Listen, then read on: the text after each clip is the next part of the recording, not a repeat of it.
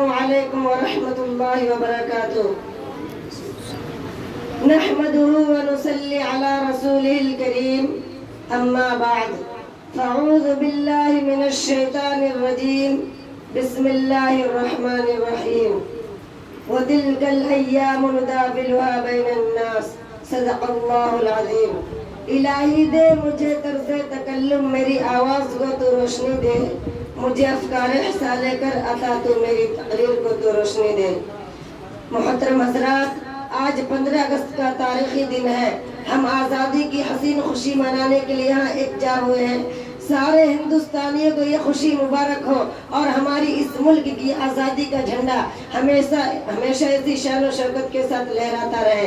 अजीज़ाने वतन, लेकिन आज ये खुशी हम मुसलमानों के लिए एक लम्हा फिक्रिया ये भी है कि हमारा मुल्क 76 साल पहले आज़ाद हुआ।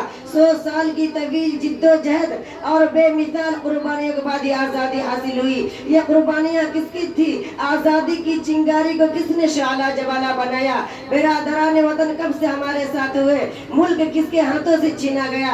इन तमाम सवालात के जवाब आप तारीख के औराक से पूछिए, वो औराक आपको जवाब देंगे। ये आज़ादी की तारीख एक ऐसी हकीकत है जिसको फना नहीं किया जा सकता। कौन नहीं जानता कि घर हमारा जला था, हुकूमत हमारे हाथों से छीनी गई थी, तो क्या उसके लुटने का गम किसी गैर को होगा?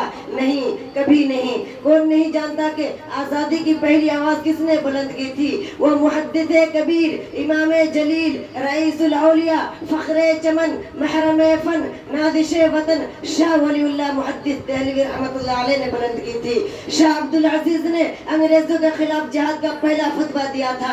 सज्जद अहमद शहीद और मौलाना इस्माइल शहीद ने बालाकोट के मैदान में आज़ादी के लिए सबसे पहले गर्दन कटाई थी। सिराजुद्दौला ने सन 1757 ईस्वी में बंगाल की धरती पर खून का पहला नजराना पेश किया था। टीपू सुल्तान शहीद ने मैसूर की सरजमीन को पहली मर्तबा खून से रंगीन किया था। हजरत मौलाना मुहाजिर मक्की और कासिम नानोतवी ने सबसे पहले शामिली के मैदान और देवबंद की खूनी मस्जिद को अपनी हरारत नफ्स से गर्म किया। शेखुल हिंद ने रेशमी रुमाल की तहरीक चलाई और माल्टा के जेल में अपने जिस्म को सराया था।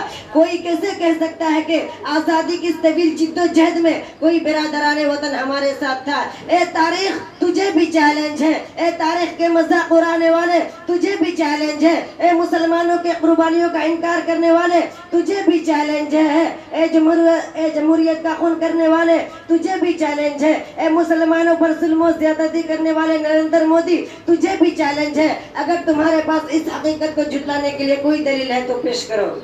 एक मुर्रिख का यह कौल कितना सही है कि अगर ये मुल्क सन 1919 से पहले आज़ाद होता तो हमारे बिरादराने वतन को वसारत में आने और हुकूमत संभालने का ख्याल तक न आता। लेकिन अफसोस है कि फिर भी कहते हैं हमसे, ये अहले चमन, ये चमन है हमारा तुम्हारा नहीं। मोहतरम हजरात, अगर आप करीब ही की तारीख को झांक कर देखें तो हमारे मुस्लिम लीडर ही तहरीक आज़ादी के सरखिल और कारवा हुर्रियत के सिपाह सालार नजर आते हैं। हजरत मौलाना मोहम्मद अली जौहर कौन थे? मौलाना की दाद से कौन नावाकिफ है? शेखुल इस्लाम मौलाना मदनी के अलावा सैकड़ों ऐसे सरखिल उलमा कराम और मुस्लिम शोरमा है जिन्होंने इस जंग की क़ियादत की है। और जलियांवाला बाग में हमारे सीने छल्ली हुए हैं, हमारे घर वीरान किए गए हैं, लखनऊ में हमारी नवाबी का खात्मा हुआ है। फिर भी हमसे गिला है कि वफादार नहीं। हम वफादार नहीं, तू भी तो दिलदार नहीं। बिरादरान इस्लाम, जरा इतनी कुर्बानियों के बाद देखिए कि आज़ादी ने हम मुसलमानों को क्या दिया। खून, आग और आंसू। 76 साल में जितने घर वीरान हुए, जितनी गर्दनें काटी गई, जितनी औरतें बेवा हुए, जितने बच्चे यतीम हुए, जितनी इबादत गाहों पर हमला हुए और उसके तकद्दुस को पामाल किया गया। गुलामी के 150 साल दौर को भी आज इस पर शर्म आती है। आज हमें विदेशी और पाकिस्तानी कहा जाता है, हम पर बांग्लादेशी घुसपैठिया होने का इल्जाम लगाया जाता है, हमें एक गिरा हुआ लुकमा समझा जाता है। हमारी दीनी शख्सियतों को ISI का एजेंट कहा जा रहा है। दारुल उलूम देवबंद और नदवतुल उलमा जैसे इल्मी मराकिज पर छापामारियां हो रही है। हमें पिछली सीट पर बैठने और नंबर 2 शेरी बनकर जीने की दावत दी जा रही है। और हद तो यह है कि हमारे मस्जिदों को तोड़कर रामलल्ला की मूर्ति बैठाई जाती है। ये जुल्म की वो इंतहा है जिसके बाद जुल्म का कोई दर्जा बाकी नहीं रह जाता। ए फिरका परस्तों, कान खोल के सुन लो, फिर भी हम ईमान का नगमा गाएंगे। अगर उंगली का इशारा कर भी दिया तो तुम्हारे खून से तुम्हें नहलाएंगे। मोहतरम हजरात, आज हम सिर्फ देखने में आजाद है, वरना हमारे हुकूक पहले से ज्यादा पामाल हो चुकी है।